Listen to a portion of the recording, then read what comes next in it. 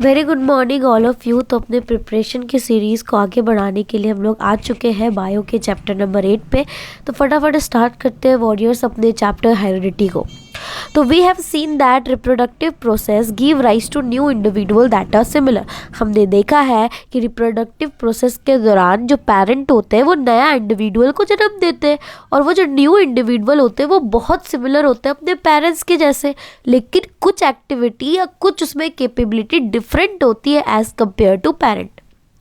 We have discussed how some amount of variation is produced even during the asexual reproduction। हमने ये भी देखा कि asexual reproduction के दौरान कैसे वेरिएशन की अमाउंट जनरेट होती है। Another important thing is sexual reproduction के दौरान जो ये वेरिएशन की जो नंबरिंग है वो बहुत ज़्यादा मैक्सिमाइज हो जाती है as compare to asexual reproduction। If we observe the field of sugarcane, we find very little variation among the individual plants। अगर बोल रहा है अगर हम लोग शुगर कैन की फील्ड देखें तो सभी पेड़ों में बहुत अलग अलग चीज़ या बहुत थोड़ी थोड़ी चीज़ जो है हमें वेरिएशन के अमाउंट पे दिखेगी। लेकिन वही चीज़ अगर हम लोग एनिमल में देखें या इंक्लूडिंग ह्यूमन बींग्स पे देखें तो ये जो अमाउंट्स है वो बहुत हाई हो जाती है कि पेरेंट्स के जैसे, अगर ह्यूमन बींग्स पे देखो तो पेरेंट्स के जैसे बच्चे ऑलमोस्ट पूरी तरह नहीं दिखते। There are lot of variation in case of the human beings और sexual reproduction in human beings. इसीलिए इस चैप्टर में we will discuss about how the variation created and inherited. कैसे वेरिएशन क्रिएट होता है और कैसे जो ट्रेट या कैरेक्टरिस्टिक्स है वो इनहेरिटेड होता है। Accumulation of variation during the reproduction के दौरान पे कैसे वेरिएशन का एक्यूमुलेशन होता है। देखो नेम जैसे बोल रहा है कि वेरिएशन इकट्ठा होता है। मैं समझा दूँ फिर पढ़ के समझाती हूँ कि जैसे कि एक क्या है, एक ऑर्गेनिज्म है जो रिप्रोड्यूस किया 2 ऑर्गेनिज्म को और 2 ऑर्गेनिज्म फिर रिप्रोड्यूस किया 4 ऑर्गेनिज्म को। हुआ क्या, पहले जनरेशन जब 2 ऑर्गेनिज्म रिप्रोड्यूस हुआ एक ऑर्गेनिज्म से तो उस दौरान उस दोनों में कुछ ना कुछ वेरिएशन आए। फिर उन दोनों ने मिलकर जब रिप्रोड्यूस किया तो वो वेरिएशन उनके ऑफस्प्रिंग में तो दिखे ही दिखे, बाकी अलग वेरिएशन भी जनरेट हुए। That is called the accumulation of variation during the reproduction. तो inheritance from the previous generation provide both a common basic body design. Inheritance जो है, पहले जो पेरेंट मटेरियल है वो जब रिप्रोड्यूस करेंगे तो तुम्हारे जो ऑफस्प्रिंग है उसका बॉडी डिज़ाइन और तुम्हारा बॉडी डिज़ाइन तो सेम होगा, बट उसमें कुछ सबटाइल चेंजेस करेंगे नेक्स्ट जनरेशन में। How think about what would happen when the new generation in turn reproduce. अगर नया जनरेशन जो रिप्रोड्यूस हुआ पेरेंट से वो जब दोबारा रिप्रोड्यूस होगा तब क्या होगा। The second generation will have difference that they inherit from the first generation. जो सेकेंड जनरेशन जिसमें जो फर्स्ट जनरेशन ने जब रिप्रोड्यूस किया उस दौरान जो वेरिएशन आएंगे वो तो आएंगे ही आएंगे, जो नए वेरिएशन होंगे, जो पुराने वेरिएशन जो उनके मम्मी पापा पे थे वो भी उन पे इनहेरिटेड होंगे, ठीक है। और दे न्यूली क्रिएटेड डिफरेंस को तो अपने अंदर लेंगे ही लेंगे। तो figure 8.1 would represent the situation if a single individual reproduce. अगर एक इंडिविजुअल रिप्रोड्यूस करता है as happen in asexual reproduction. हमने देखा है कि असेक्सुअल रिप्रोडक्शन में क्या होता है, असेक्सुअल रिप्रोडक्शन में एक सिंगल इंडिविजुअल क्या करता है, रिप्रोड्यूस करता है ना। एक सिंगल इंडिविजुअल क्या करता है, रिप्रोड्यूस करता है। तो वो जब सिंगल इंडिविजुअल रिप्रोड्यूस करता है, जैसे कि ऊपर वाले फिगर पे आपने देखा है, एक बैक्टीरिया रिप्रोड्यूस करता है 2 बैक्टीरिया को जनरेट करने में, फिर वो 2 बैक्टीरिया रिप्रोड्यूस करते हैं अलग से 4 बैक्टीरिया को जनरेट करने में। तो उस दौरान जो वो 4 बैक्टीरिया जनरेट हुआ तो there would be only very minor difference between them. उस सब के बीच में वो 4, 5, 6, 7, 8 सबके बीच में क्या होता था, बहुत कम वेरिएशन देखने को मिलता था। और वो छोटे मोटे माइनर डिफरेंस भी क्यों आते थे, क्योंकि उनके डीएनए कॉपिंग में कुछ ना कुछ छोटी मोटी इनएक्यूरेसी रह जाती थी। However, if sexual reproduction is involved, even greater diversity will be generated and we will see when we discuss the rules of inheritance। बोल रहा है क्या, अगर सेक्सुअल रिप्रोडक्शन हो तो इस जो वेरिएशन का अमाउंट है या फिर डाइवर्सिटी का अमाउंट है वो बहुत ज़्यादा मैक्सिमाइज हो जाता है। Do all this variation in a species have equal chance of surviving in the environment? जितने भी species है सबके पास एक ही चांस होता है कि वो environment में जी ले।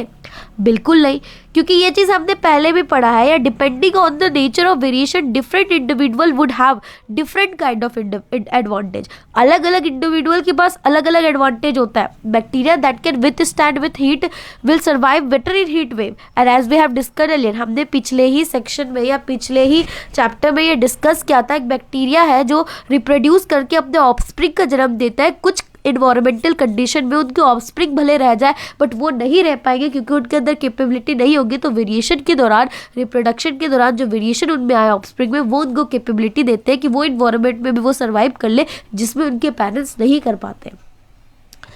तो selection of variant by environmental factor forms the basis of evolutionary process. ये जो वेरिएशन का जो सिलेक्शन होता है ये हमारे इन्वायरमेंट में क्या लाता है? इवोल्यूशन प्रोसेस लाता है, जो हम लोग लेटर सेक्शन में डिस्कस करेंगे। आज अब हम लोग पढ़ते हैं that is all about heredity. The most obvious outcome of the reproductive process is still remain the generation of individual of similar design। जब भी रिप्रोडक्शन होता है तो उसमें क्या होता है कि जो इंडिविजुअल प्रोड्यूस्ड हो रहा है they actually get the similar design of the body as to the parent. The rule of heredity determine the process by which trait and characteristics are reliably inherited।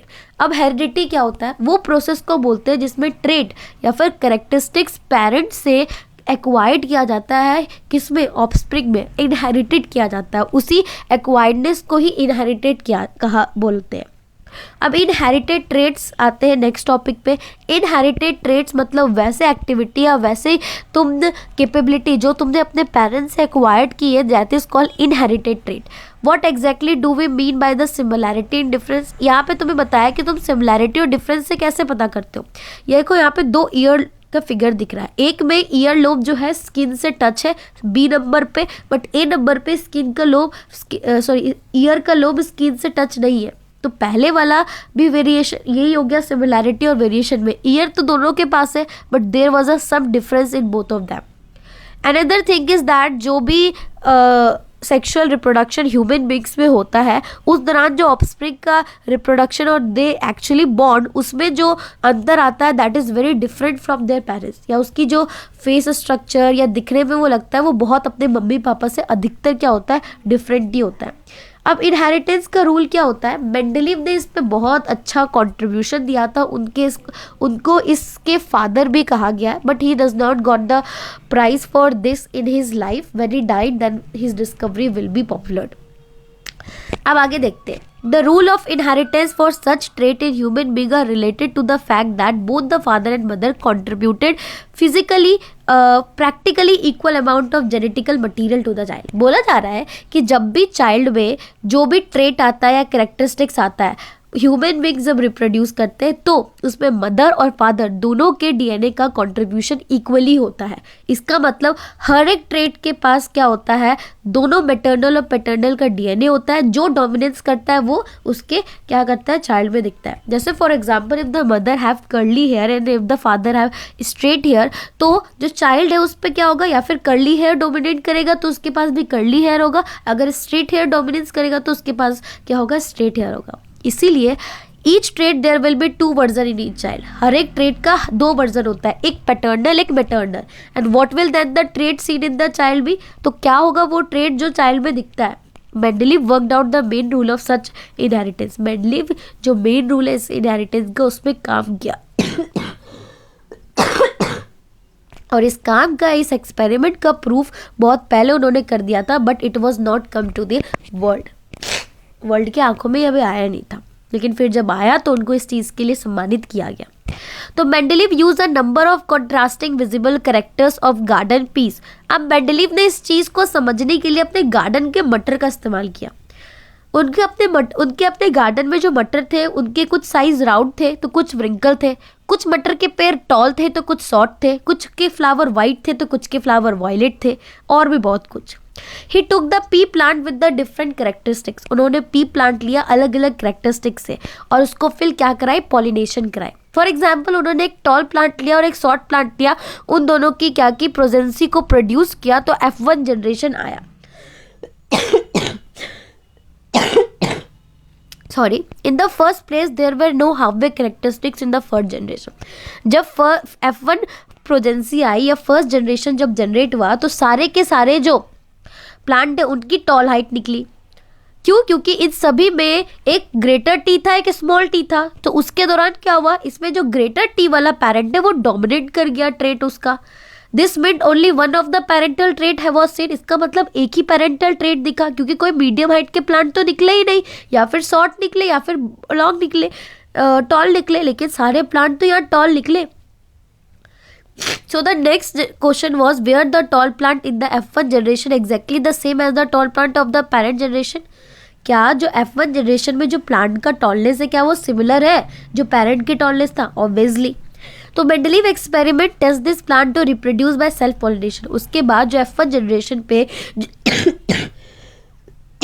जो जीन मिला उसको उन्होंने दोबारा क्या क्या प्रोजेंसी कराया, पॉलिनेशन कराया, और किसको जनरेट किया? That was F2 generation. F2 generation पे जो प्लांट्स मिले उसके जीन जो थे, एक डबल टी था ग्रेटर, एक ग्रेटर और स्मॉल टी था, और अगेन एक क्या था, स्मॉल टी था, जिससे 3 टॉल प्लांट बने और एक शॉर्ट प्लांट बने। किसमें? F2 जनरेशन पे। तो F2 जनरेशन में तुमको 1/4 ऑफ देम आर शॉर्ट, मतलब एक उनमें से क्या मिला, 4 में से एक उनमें से शॉर्ट देखने को मिला।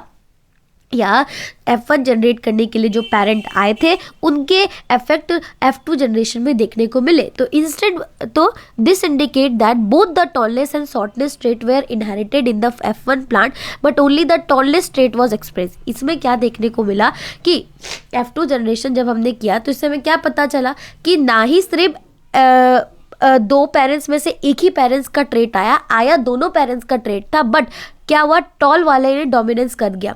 तो this led the Mendeleev to propose the 2 copy of factor controlling trait are present in sexual reproduction organism. तो ये क्या इंडिकेट करता है कि टॉलनेस एंड शॉर्टनेस दोनों ही इनहेरिटेड हुए थे F1 प्लांट्स में, लेकिन टॉलनेस ट्रेस एक्सप्रेस्ड हो गया क्योंकि उसकी डोमिनेंसी चल रही थी, और यही लेड किया Mendeleev to propose that 2 copies of factor controlling trait are present in sexually reproducing organism. जो दो ट्रेट है या 2 कॉपीज है फैक्टर के, वो ट्रेट को कंट्रोल करते हैं और उनमें से जो डोमिनेट कर जाता है वही तुमको ऑफस्प्रिंग में देखने को मिलता है। जैसे मेरा एग्जांपल था कर्ली हेयर और स्ट्रेट हेयर का, ठीक है। दिस 2 मे बी आइडेंटिकल, ये दोनों आइडेंटिकल भी हो सकते हैं और may be different depending on the percentage. ये सेम भी हो सकते हैं और परसेंटेज पर डिपेंड भी हो सकते हैं। A pattern of inheritance can be worked out with this assumption as shown in the figure. ऐसे पैटर्न्स तुम क्या कर सकते हो, अलग अलग चीज़ों में देख के समझ सकते हो। In this explanation both double T and greater than T और small than T are tall plant. इस एक्सप्रेशन में आपने देखा, चाहे प्लांट के पास जीन डबल टी की हो ग्रेटर, या फिर एक ग्रेटर और एक स्मॉल टी की हो, दोनों के पास टॉल प्लांट है, while only double T is a short plant. बाकी डबल टी स्मॉल वाला ही शॉर्ट प्लांट आ रहा है। In other word, a single copy of T is enough to make the plant tall. कि अगर ग्रेटर देन टी अगर आ ही गया तो दैट मीन्स वो प्लांट क्या होगा, टॉल ही निकलेगा। While both copies have to be small t for the plant to be short, और जब तक दोनों कॉपीज जो होंगे जीन के उसके पास अगर स्मॉल टी नहीं होगा तब तक वो क्या होगा, टॉल ही होगा। अगर दोनों टी स्मॉल हो जाएंगे तब भी जाके वो शॉर्ट होगा, अदरवाइज सारे प्लांट्स टॉल निकलेंगे। तो trait like greater T R called dominant trait क्योंकि वो स्मॉल पे डोमिनेट कर गया, well those that behave like the small T R called the recessive trait and work out which trait would be considered dominant and which on recessive. यही होता है किस चीज़ पे हम लोग कौन से ट्रेट को डोमिनेंट कहते हैं और कौन से ट्रेट को रेसेसिव कहते हैं। What happened when the pea plant showing 2 different characteristics? अब जब pea plant 2 अलग अलग characteristics को दिखा रहे हैं rather than एक that has bred with each other, अगर 2 अलग अलग characteristics को दिखा रहे हैं ना कि सेम, उन दोनों को ब्रेड मतलब पॉलिनेट करेंगे तो जो क्या आएगा, ट्रेट तो दोनों पे आएगा बट उनमें से कोई एक डोमिनेंस करेगा। तो what do the progeny of a tall plant with the round seed. अगर पहले तो हम लोग ने सिर्फ टॉलनेस या शॉर्टनेस पे देखा ना, हाइट पे कंसिडर किया, अगर इस बार हम लोग टॉलनेस और सीड्स के राउंडनेस या व्रिंकलनेस पे क्या करें, पॉलिनेट कराए, तब क्या होगा, there are all tall and all have the round seed. जितने भी टॉल सारे प्लांट्स जो होंगे F1 जनरेशन पे वो सारे के सारे क्या निकलेंगे, टॉल निकलेंगे, और साथ ही साथ क्या निकलेंगे, देखो यहाँ सारे के सारे क्या निकलेंगे, टॉल निकलेंगे और क्या निकलेंगे, राउंड सीड के निकलेंगे। ये R R and Y Y, R R representing the round और Y Y representing the green, small R R representing the wrinkle but greater Y Y representing the yellow. ये होता है डबल पॉलिनेशन सिस्टम। यही चीज़ पढ़ते समझाते। अगर एक toll trait को लिया जाए और एक सीड के सेपिंग को लिया जाए, उसको पॉलिनेट किया जाए, तब हमें पहले जनरेशन पे जो दिखेगा कि सारे जो ट्री है वो टॉल है और उनके पास राउंड शेप के सीड्स है। But what happen when F1 progeny are used to generate the F2 progeny by self pollination? तो Mendeleev experiment will find that some F2 progeny are tall plant with round seed and some were short plant with the wrinkle seed। उसके बाद F2 progeny में हम लोग को देखने को मिलेगा कि कुछ प्लांट के पास राउंड सीड है और टॉल है, और कुछ प्लांट के पास शॉर्ट प्लांट है और विंकल सीड है। वैसे ही कुछ प्लांट के बाद टॉल प्लांट है बट विंकल सीड है, और कुछ प्लांट के पास शॉर्ट हाइट है बट राउंड सीड है। तो मिक्सचर देखने को मिलेगा। तो there would be some F2 progeny that showed the new combination. F2 progeny जो है जिसमें हमने दो ट्रेट का इस्तेमाल किया, वो अलग क्या दिखाएंगे, परसेंटेज दिखाएंगे। तो some of them would be tall but have wrinkle seed while other would be short but have the round seed। You can see as to how new combination of trait are formed in F2 offspring, and when factor controlling for seed shape and seed color recombine to form the zygote। तो ये क्या हो रहा है, trait एक दूसरे के साथ पॉलिनेट कर रहे हैं प्रोजेंसी को रिप्रोड्यूस करने के लिए, जिससे जाइगोट बनता है और उसी से उसी F2 ऑफस्प्रिंग में। इसीलिए tall and short trait and the round seed and wrinkle seed trait are independently inherited. इसलिए जो बड़ा और छोटा ट्रेट है या राउंड और व्रिंकल सीड है वो इंडिपेंडेंटली इनहेरिट होता है। कोई चीज़ एक दूसरे पर डिपेंडेंट नहीं होता है, वो इंडिपेंडेंटली, या फिर प्लांट टॉल हो या फिर प्लांट शॉर्ट हो या फिर सीड राउंड हो या फिर सीड व्रिंकल हो, इन सभी में जो प्लांट होते हैं वो इंडिपेंडेंटली इनहेरिट होता है। दो लॉ यहाँ तक हमने अभी पढ़ लिया। एक तो लॉ ऑफ डोमिनेंस की जिसकी डोमिनेंसी ज़्यादा होगी वही चीज़ और वही ट्रेट हमें किस में देखने को मिलेगा, that is in the offspring. दूसरा लॉ ऑफ सेग्रीगेशन, यानी कि पहले जब दो ट्रेट एक दूसरे के साथ पॉलिनेट करता है तो उन दोनों को सेग्रीगेट होना होता है, मतलब डिस्ट्रीब्यूट होना होता है। और थर्ड लॉ लास्ट में पढ़ा, that is law of independent, यानी कि जितने भी ट्रेट होते हैं वो सारे एक दूसरे से क्या होते हैं, इंडिपेंडेंटली इनहेरिट होते हैं। सबको आना होता है बट डोमिनेंस के कारण कुछ दिखते और कुछ नहीं दिखते, तो you can decide it from the naked eye कि सारे ट्रेट इनहेरिट हुए कि नहीं। तो तीन लॉ ऊपर हमने पढ़ा, क्या क्या, law of dominance, law of segregation और लॉ ऑफ इंडिपेंडेंट। तो ये जो how do this trait get express, ये I will tell in the next lecture. Thanks for watching.